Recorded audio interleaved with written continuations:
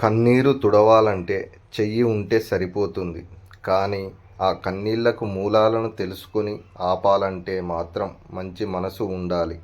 అది అందరికీ ఉండదు. అలా ఉన్న వారిని మాత్రం అస్సలు వదులుకోకండి.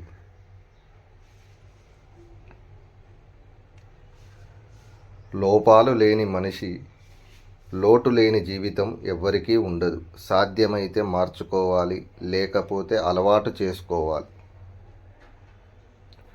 అంతేకాని మనసును గాయం చేసుకోకూడదు. ప్రయత్నిస్తే మంచి జీవితం కష్టమేమీ కాదు.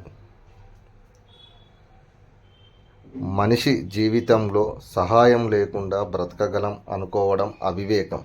ఎవరు ఎప్పుడు ఏ విధంగా మనకు సహాయపడతారో, ఎవరికి ఎప్పుడు ఎలా మనం సహాయం చేయాలో ఎవరికీ తెలియదు.